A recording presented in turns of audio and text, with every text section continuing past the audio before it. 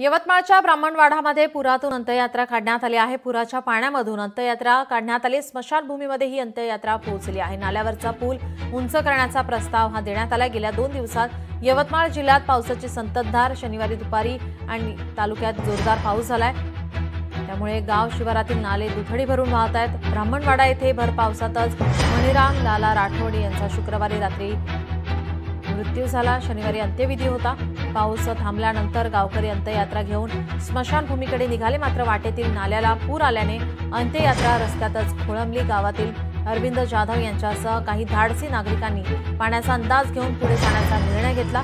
पुरातून अंत्ययात्रा स्मशानभूमीत पोहोचली। नाल्यावरचा पूल उंच करण्याचा प्रस्ताव प्रशासनाकडे दिल्याचं सरपंच सविता जाधव यांनी सांगितलं आहे। लोकशाही मराठी ऐका, पहा, जागरूक रहा।